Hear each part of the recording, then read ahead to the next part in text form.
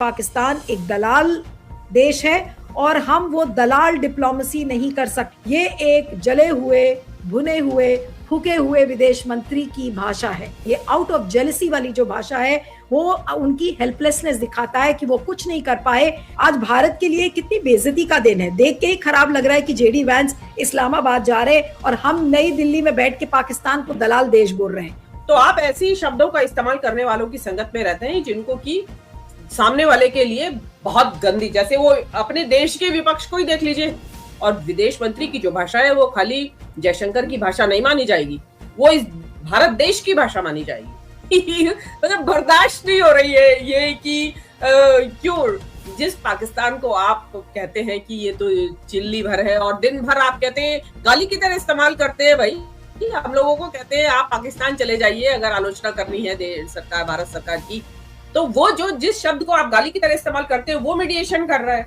तो वो चीज इनको बर्दाश्त नहीं हो रही है। वहां से जो बताया जा रहा है कि आसिम मुनीर जो है उनके जो फील्ड मार्शल है उनका बहुत अच्छा एक्सेस ये आपके रिवॉल्यूशनरी गार्ड्स IRGC में है। अनडिवाइडेड इंडिया को अगर देखें तो पाकिस्तान तो हमारा ही, हम ही थे ना, इंडिया ही था ना पाकिस्तान भी पहले। जिसको कहा जाता है कि थर्ड वर्ल्ड वॉर हो सकता है, उसको जो रुकवाएगा वो इस दुनिया में बहुत सम्मान का पात्र बनेगा कि भाई इसने मीडिएशन करके इस थर्ड वर्ल्ड वॉर को रुकवा दिया है। मोदी जी जब यूक्रेन की वॉर रुकवाने के चक्कर में 10 घंटे की ट्रेन जर्नी करके वो रशिया से यूक्रेन गए, मोदी जी वहां दलाली करने गए थे या मध्यस्थता करने गए थे? मोदी जी करे तो मध्यस्थता, पाकिस्तान करे तो दलाली। और ये तुर्की और पाकिस्तान कौन है? ऑपरेशन सिंदूर में तुर्की ने ड्रोन दिया था, पाकिस्तान ने हम पर मारा था। ईरान ने पाकिस्तान को पंच मान लिया है, तो आपके अंगूर खट्टे हो गए हैं क्योंकि आपने नहीं चखे, आपको वो अंगूर नहीं मिले, इसलिए आपको खट्टे हैं। लगता है कि ये तो बिल्कुल हमारी तरह बोल रहे हैं, हमारी तरह खा रहे हैं, हमारी तरह सब बात, सब कुछ तो हमारी जैसा है, खाली इनका नाम भी अलग नहीं है। इवन नाम भी हमारे हैं जो उनके नाम है। तो मैं देखना चाहती हूँ कि ऐसा कैसा देश है वो कि जो सब कुछ हमारा एक जैसा और उसके बाद भी दुश्मन है हमारा। तो या तो प्रधानमंत्री मोदी उस समय भी दलाल थे और आज जो पाकिस्तान दलाली का काम कर रहा है उस समय प्रधानमंत्री मोदी कर रहे थे। मतलब जो मीडिएट करता है, जो शांति के लिए बात करता है, उसको आप दलाल नहीं कह सकते। खबर ये है कि इस्लामाबाद कौन जा रहा है? इस्लामाबाद जेडी वैंस जा रहे हैं जो कि अमेरिका के उपराष्ट्रपति हैं। डोनाल्ड ट्रंप ने उनको बोला है कि आप जाएं इस्लामाबाद में और तेहरान के ऑफिशियल से आप वार्ता करें ताकि इस युद्ध को खत्म किया जा सके। यानी कि इस्लामाबाद इतना भरोसे का है डोनाल्ड ट्रंप का कि उनको भारत नहीं बल्कि इस्लामाबाद पसंद आया। खबर भी आ गई है कि जेडी वैंस जा रहे हैं, इसका स्क्रीनशॉट मैं आपको दिखाऊंगी। लेकिन ये पुराना जो शहबाज शरीफ का ट्वीट था जो 24 मार्च का है वो मैं आपको दिखा रही हूँ। Pakistan welcomes and fully supports ongoing efforts to pursue dialogue to end the war in Middle East in the interest of peace and stability in the region and beyond, जिसको डोनाल्ड ट्रंप ने एंडोर्स किया और उन्होंने उसको retweet कर दिया। अब आपको स्क्रीनशॉट दिखाती हूँ जेडी वैंस का। अच्छा ये देख लीजिए एक मिनट, ब्रिक्स न्यूज का है। CNN के रिपोर्ट्स के हवाले से ये पता चल रहा है कि स्टीव विटकॉफ और कुशनर के साथ बातचीत नहीं करेगा ईरान, बल्कि वो जेडी वैंस जो कि वाइस प्रेसिडेंट हैं उनके साथ बातचीत करना प्रेफर करेगा। इसको CNN ने रिपोर्ट किया है। अब आपको स्क्रीनशॉट दिखाती हूँ कि जेडी वैंस की तैयारी भी हो चुकी है। ये देखिए गार्डियन की स्टोरी है। JD Vance role touted as Pakistan attempts to broker US Iran peace talks. अब आपको बताते हैं कि कल जयशंकर जब सर्वदलीय बैठक उन्होंने की थी तो उन्होंने क्या कहा था? उन्होंने ये कहा था कि पाकिस्तान एक दलाल देश है और हम वो दलाल डिप्लोमेसी नहीं कर सकते। सर्वदलीय बैठक में उन्होंने कहा था कि भारत एक दलाल डिप्लोमेसी नहीं कर सकता। तो एस जयशंकर चाहे जितना भी बोले कि वो दलाल डिप्लोमेसी नहीं करना चाहते, लेकिन अंत में डोनाल्ड ट्रंप का प्रेफरेंस इस्लामाबाद ही है और दलाल देश भारत नहीं है। ये एक जले हुए, भुने हुए, फूके हुए विदेश मंत्री की भाषा है जिसके पास कोई ऑप्शंस नहीं है, जिसने बहुत ज्यादा कुछ किया नहीं है, सब कुछ हाथ में था, नहीं किया। और अब जब जल बुन गए, जब ये पता चल गया कि इसे ईर्ष्या ही कहेंगे ना, इसे ईर्ष्या बोलेंगे, इसे जलन बोलेंगे, इसे जेलसी बोलेंगे कि जेडी वैंस इस्लामाबाद जा रहे हैं। आज वो भी दिन हम देख सकते थे कि जेडी वैंस न्यू दिल्ली आते, लेकिन सारी लुटिया डुबो दी गई। जो ये दलाल डिप्लोमेसी की बात जो एस जयशंकर ने की थी वो आज यही भाषा है जो जले हुए भुने हुए, मैं फिर से रिपीट कर रही हूँ, ये आउट ऑफ जेलसी वाली जो भाषा है वो उनकी हेल्पलेसनेस दिखाता है कि वो कुछ नहीं कर पाए। विश्व गुरु, कहाँ की विश्व गुरु? जब आप एक शांति वार्ता नहीं होस्ट कर पाए, आपने कोशिश ही नहीं की, तो क्या विश्व गुरु? आज के बाद तो मुझे लग रहा है कि विश्व गुरु अपने आप को बोलना ही बंद कर देना चाहिए। अब मैं देखती हूँ मोदी जी के मुंह से विश्व गुरु का शब्द सुनाई पड़ेगा या नहीं पड़ेगा। और जो लेजर आई वाले विदेश मंत्री थे एस जयशंकर, वो यही अब कहते फिरेंगे कि देखिए पाकिस्तान तो दलाल डिप्लोमेसी करता है। आज भारत के लिए कितनी बेइज्जती का दिन है। देख के ही खराब लग रहा है कि जेडी वैंस इस्लामाबाद जा रहे हैं और हम नई दिल्ली में बैठ के पाकिस्तान को दलाल देश बोल रहे हैं। जी, मेरे जहन में एक ही इंग्लिश शब्द आ रहा है, फ्रस्ट्रेशन। देखिए, ये मिस्ड अपॉर्चुनिटी ही नहीं, इट्स ए कंप्लीट फेल्योर। देखिए, अमेरिका बार बार पिछले 12-13 महीने से जलील कर रहा है, हर मुमकिन कोशिश कर रहा है इंडिया का इमेज और गवर्नमेंट का इमेज मिट्टी में मिलाना। तो हम फिर भी जो है उम्मीद रखे बैठे हैं कि अमेरिका हमारा स्ट्रेटेजिक पार्टनर है, दोस्त है, हेल्प करेगा। देखिए, पाकिस्तान जो पहले टर्म में ट्रंप का था, उसमें भारत को भी अफगान टॉक्स में अलग थलग कर दिए थे और भारत कहीं नहीं था। तो वो भी फ्रस्ट्रेशन था। और अब सेकेंड टर्म में आउट एंड आउट हमारे दुश्मन के साथ अमेरिका मिला हुआ है। But all that has failed now, क्योंकि हमारा स्ट्रेटेजिक पार्टनर ही उनको हेल्प कर रहा है डायरेक्टली पाकिस्तान को, और through IMF, World Bank, United Nations, Saudi Arabia, Turkey, you name any country. Now they are all looking to Islamabad and Asim Munir as the key partner. तो हमारा ये failure नहीं तो क्या ये सक्सेस है? देखिए, पूरे गुजराती जो है फाइनेंशियल मार्केट में दलाल का ही काम करते हैं। तो जैसे प्राइम मिनिस्टर ने कहा कि मेरे रग रग में कॉमर्स और ट्रेड और भरा हुआ है, ये पूरे ट्रेडर जो है दलाल का ही काम करते हैं। तो ये दलाल जो है, जयशंकर को पता नहीं इसका हिस्ट्री मालूम है या इसका एक्चुअल मीनिंग। तो ये जो है कंप्लीटली फ्रस्ट्रेटेड फॉरेन मिनिस्टर है, उनकी diplomacy has been a complete abject failure. देखिए, जो मध्यस्थ बनने के लिए जो एक काबिलियत होनी चाहिए थी, वो काबिलियत मोदी जी ने इस युद्ध के, इस जो ये लड़ाई चल रही है इसके शुरू होने के 48 आवर्स पहले ही उन्होंने खो दी थी वो काबिलियत। क्योंकि वो इस ब्रेकआउट हुआ जब इस लड़ाई का, तो उससे पहले वो 48 घंटे पहले वो एक हमलावर देश के यहाँ बैठे हुए थे, बातचीत कर रहे थे।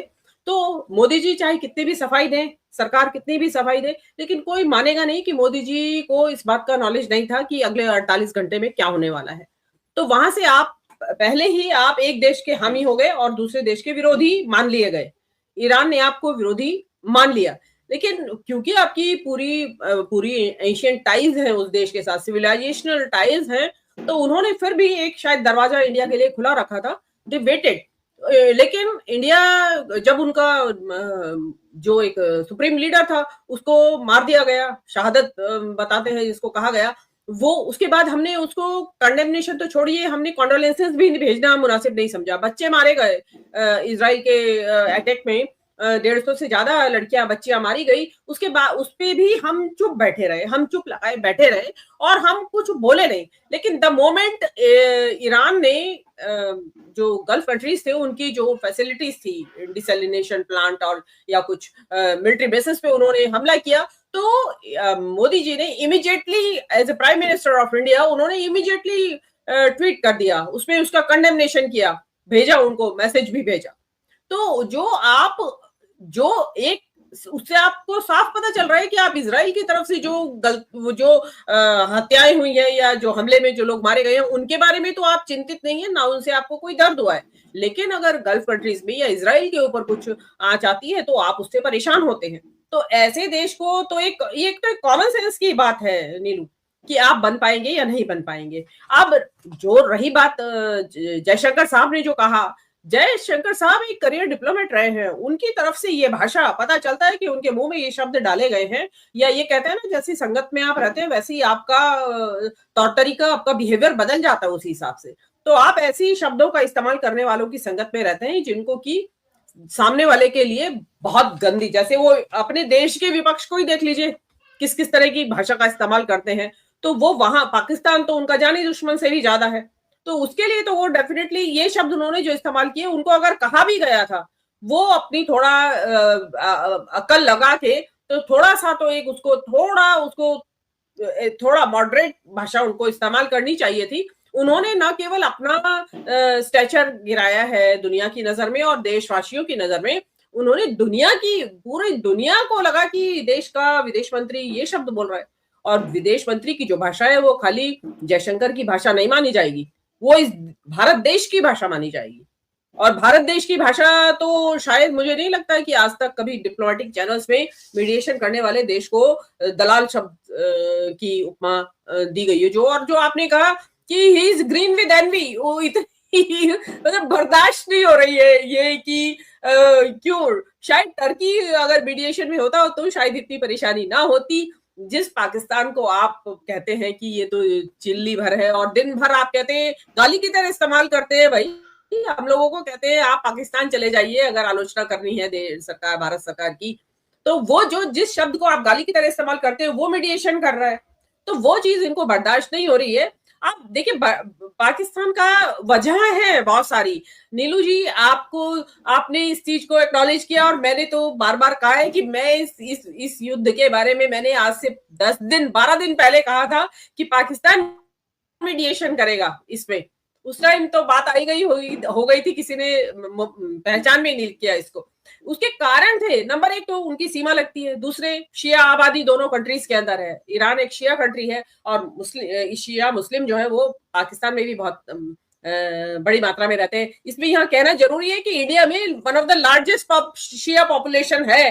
कायदे में तो इंडिया का हक बनता था, बुलाया जाता कि भाई आप शिया पॉपुलेशन है आपकी और आप यहाँ से कोई मिनिस्टर ऐसा आदमी भेजिए, इंटरमीडिएरी जो वहां समझाए उनको, लेकिन वो हम नहीं कर पाए। वहां से जो बताया जा रहा है कि आसिम मुनीर जो है उनके जो फील्ड मार्शल है, उनका बहुत अच्छा एक्सेस ये आपके रिवॉल्यूशनरी गार्ड्स IRGC में है। तो इस टाइम जो बताया जा रहा है कि सुप्रीम कमांडर की हत्या के बाद से वहां पे इन अ वे IRGC के हाथ में पूरी कमांड है, सत्ता है। 31 जो उन्होंने प्रोविंसेस में उन्होंने बांट दिया है, तो जो वो व्यक्ति ज्यादा सुटेबल है इस नेगोशिएशन को करने के लिए कि जो डायरेक्ट इधर के पार्टी से भी बात करे और उधर IRGC को अपनी बात को सीधे सीधे पहुंचा दे, तो वो चीज है। और ईरान से उनका पुराना संबंध है, और देखिए ईरान से तो हमारा संबंध तो एक्चुअली तो हमारी सीमाएं लगी हुई थी ईरान से। अनडिवाइडेड इंडिया को अगर देखें तो पाकिस्तान तो हम ही थे ना, इंडिया ही था ना पाकिस्तान भी पहले, तो ईरान और पाकिस्तान की सीमाएं लगी हुई हैं। तो वो चीज हम भूल गए। आप अपना तो वो जिसको कहते हैं ना कि अपने बारे में तो आप स्वत्व को भूल गए आप कि हम कौन हैं, और आप बड़ी छिछली सी छोटे स्तर की राजनीति पे उतर आए। उसका नतीजा ये हुआ कि आप एक तो इतना इंपॉर्टेंट एक इवेंट दुनिया के उस पे चल रहा है कि जिसको कहा जा रहा है कि थर्ड वर्ल्ड वॉर हो सकता है, उसको जो रुकवाएगा वो इस दुनिया में बहुत सम्मान का पात्र बनेगा कि भाई इसने मीडिएशन करके इस थर्ड वर्ल्ड वॉर को रुकवा दिया है। आपने वो अपॉर्चुनिटी खो दी, तो उसका मतलब ये नहीं है कि बजाय कुछ बोलने के आप चुप भी रह सकते थे, बजाय अपना ये सम्मान गिराने के। इस पे एक सवाल मेरा जयशंकर साहब से भी और मोदी जी से भी है कि मोदी जी जब यूक्रेन की वॉर रुकवाने के चक्कर में इतने क्राइसिस में वहां 10 घंटे की ट्रेन जर्नी करके वो रशिया से यूक्रेन गए, वहां से 10 घंटे की जर्नी वापस करके आए रशिया और यूक्रेन के बीच में, और इवन झूठा एक ट्वीट भी चलवा दिया, एक मीम चलवा दिया, पापा ने वॉर रुकवा दी, तो और रुकी भी नहीं थी वॉर। तो मोदी जी वहां, I am sorry to use Jaishankar words, Modi ji वहां दलाली करने गए थे या मध्यस्थता करने गए थे युद्ध रुकवाने की? उस वक्त तो मध्यस्थता थी, मोदी जी करे तो मध्यस्थता, पाकिस्तान करे तो दलाली। तो ये बहुत बढ़िया है कि आप करें तो रासलीला और हो जाइएगा, क्योंकि तुरंत आपके लिए लाइव चैट में लोग लिखेंगे कि आप पाकिस्तान की तरफ से बोल रही हैं। मैं आप जाएंगे, हम तो घूमना चाहते हैं, देखना चाहते हैं कि वो है कैसा देश। मेरी तो बहुत दिली इच्छा है जाने की। अगर आप सचमुच विश्व गुरु थे, आप ये भी एक जवाब दे दीजिए। ऑपरेशन सिंदूर के बाद हमारे जो स्ट्रेटेजिक ऑल वेदर फ्रेंड्स है, रूस और ईरान, किसी भी देश ने हमारा समर्थन नहीं किया, किसी भी देश ने पाकिस्तान की निंदा नहीं की। फिर आपको पाकिस्तान फील्ड मार्शल मुनीर, जो पाकिस्तान के फील्ड मार्शल है, उनको राष्ट्रपति ट्रंप ने व्हाइट हाउस में होस्ट किया और उन्होंने डॉक्टर जयशंकर को अपॉइंटमेंट भी नहीं दी। फिर आपने अमेरिका ने पाकिस्तान को एक बड़ा IMF से लोन दिया, वर्ल्ड बैंक से लोन दिया, उनके साथ एक डिफेंस पैक्ट साइन कर दी। कहने का तात्पर्य यह है कि 11 साल के कार्यकाल में मोदी जी ने अखंड भारत तो नहीं किया है, लेकिन भारत के टुकड़े जरूर चीन को बांट दिए हैं और पाकिस्तान को एक सर्वोच्चम देश साउथ एशिया में बना दिया है। अभी मीनू जी जो कह रही थी कि आसिम मुनीर के बड़े अच्छे रिलेशंस हैं IRGC से, और वो चीज शायद इस समय डोनाल्ड ट्रंप को क्लिक कर रही है कि भाई हम आसिम मुनीर की मदद ले लें और ये बातचीत हो जाए। क्या आज ये हेफ्ट, उसको हिंदी में क्या कहते हैं मुझे नहीं समझ आ रहा, बट वो क्या हेफ्ट आज भारत के पास नहीं था, वो कैपेबिलिटी भारत में नहीं थी कि वो भी IRGC के साथ या फिर जो अभी जो नए सुप्रीम लीडर बने हैं उनके साथ वो बातचीत करते, उनको समझाते, और ईरान क्या भारत की बात नहीं मानता? आज आसिम मुनीर को IRGC के साथ संबंध बनाए हैं अच्छे, और डोनाल्ड ट्रंप उन संबंधों का इस्तेमाल कर रहे हैं। क्यों अब ईरान आपकी बात सुनेगा? मतलब वो तो पाकिस्तान के खिलाफ है ही नहीं। आप समझो, अगर ईरान कमजोर होता है, ये प्रॉब्लम यह है कि मोदी डॉक्ट्रिन के विदेश नीति में इस्लामोफोबिया, जो एंटी मुस्लिम हेट है, वो एम्बेडेड है और इसके कारण वो ईरान के खिलाफ काम कर रहे हैं। तो शांति करने के लिए इन्होंने किसको चुना? पहले दो देशों को चुना, तुर्की को और पाकिस्तान को। और ये तुर्की और पाकिस्तान कौन है? ऑपरेशन सिंदूर में तुर्की ने ड्रोन दिया था, पाकिस्तान ने हम पर मारा था। तो ट्रंप सरकार आप करके आए हो, ट्रंप सरकार को जब जरूरत पड़ती है तो आप ही को नहीं पूछ रहे हैं। तो विश्व गुरु को, तो इनको जो ये विश्व गुरु का जो भाजपा को शौक लगा हुआ है, तो इनको तो पंच बनने का बड़ा शौक पहले से रहा है। रशिया यूक्रेन वार रुकवा दी थी। परसों भी ट्रंप से बात करने के बाद जो इन्होंने ट्वीट किया था, उसमें भी इन्होंने कहा था कि शांति के लिए विश्व गुरु प्रयास करेगा। ऊपर से ईरान के राष्ट्रपति ने तो आपको पंच बनने का न्योता दे दिया था। जब उसने आपको फोन पर कहा था कि आप ब्रिक्स के अध्यक्ष के नाते आगे आइए, तो आपको तो पंच बनने का आपका रिकॉर्ड भी है, आपकी पंच बनने की इच्छा भी थी, और ईरान ने आपको न्योता भी दे दिया था। फिर मौका आप क्यों चूक गए? अब पछताए क्या होते हैं जब चिड़िया चुग गई खेत। अब जब ईरान ने पाकिस्तान को पंच मान लिया है तो आपके अंगूर खट्टे हो गए हैं, क्योंकि आपने नहीं चखे, आपको वो अंगूर नहीं मिले, इसलिए आपको खट्टे हैं। अब आप अगर किसी शांति वार्ता को दलाली कह रहे हैं, तो मतलब आप तो ट्रंप और ईरान दोनों को एजेंटों को अपॉइंट करने वाला बता रहे हैं। तो जब इतनी आपको खीज है, जब आप किसी को दलाल कहते हैं, जब भारत किसी को दलाल कहता है, तो क्यों नहीं ईरान और ट्रंप साहब को टैग करके ट्वीट में उनको कहिए कि आप दोनों ने शांति के लिए कैसे दलाल को रख लिया है साहब? कहिए ना, उनको डांटिए ना, भाई विश्व गुरु आप हैं, आपको तो डांटना चाहिए ट्रंप को और ईरान को कि कैसे दलाल को तुम लोगों ने विश्व ये कर लिया है, शांति वार्ता के लिए कर लिया है। वो तो हिम्मत नहीं है इनको। तो मुझे ये लगता है कि समस्या बस इतनी सी साधारण सी है, या अनपढ़ राजा ने ना मुंशी प्रेमचंद को नहीं पढ़ा है। किसी को भी अगर पंच बनना होता है ना, तो सबसे पहले उसको बिगाड़ का डर नहीं होना होता है। बिगाड़ का डर अगर आपको है तो आप पंच परमेश्वर के पात्र नहीं बन सकते। देखिए, कोई रोक नहीं सकता, ना भारत ना कोई पाकिस्तान को ये मीटिंग होने से, और अमेरिका पूरी प्रयास कर रहा है, क्योंकि जैसा आपने बताया IRGC जो है अब पूरी ईरान की पावर स्ट्रक्चर में इन्फिल्ट्रेट है, कंट्रोल है, और उन्हीं का दबदबा है। और प्रेसिडेंट पेजेशकियान वो आइसोलेट हो गए हैं, जो बातचीत के हक में थे और वगैरह। तो अब मुस्तफा खामने और अली लारिजानी की जगह जो आए हैं ब्रिगेडियर, वो भी IRGC के हैं। और IRGC का दबदबा इस जंग में इतना बढ़ गया है कि पैसिफिस्ट जो बताते थे कि अमेरिका से बात होना, तो वो साइडलाइन हो गए।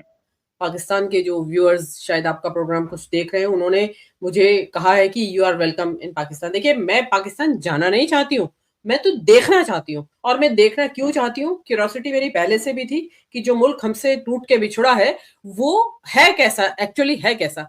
और मेरी क्यूरियोसिटी ये जो इंटरनेट के जरिए, जो ये यूट्यूब और इनके जरिए इतनी ज्यादा बढ़ गई है कि मैं बहुत सारे पाकिस्तानी ब्लॉगर्स और इनका सबका यूट्यूब देखती हूँ, तो लगता है कि ये तो हमारी भाषा बोल रहे हैं, इनके कस्टम्स, इनकी बातचीत, इवन वो बात बात में हिंदुस्तानी फिल्मों का रेफरेंस देते हैं, उनके डायलॉग्स बता के अपनी बात को अच्छे से एक्सप्लेन करना चाहें तो वो हिंदुस्तानी फिल्मों का आसरा, वो अपनी बात को, अपनी ऑडियंस को समझा रहे होते हैं। लगता है कि ये तो बिल्कुल हमारी तरह बोल रहे हैं, हमारी तरह खा रहे हैं, हमारी तरह सब बात, सब कुछ तो हमारी जैसा है, खाली इनका नाम भी अलग नहीं है, इवन नाम भी हमारे हैं जो उनके नाम है। तो मैं देखना चाहती हूँ कि ऐसा कैसा देश है वो कि जो सब कुछ हमारा एक जैसा और उसके बाद भी दुश्मन है हमारा। तो ये मेरी एक क्यूरियोसिटी है, मैं उसको जानना चाहती हूँ। बताया जाता है कि कराची जो है वो बंबई जैसा है और लाहौर जो है वो दिल्ली जैसा है। तो ये चीजें मुझे लगता है कैसे है, क्यों है, क्या क्या करते हैं वो लोग, और क्या उनके क्या नेताओं ने ये दुश्मनी बनाई हुई है, या आम आवाम जो है वहां की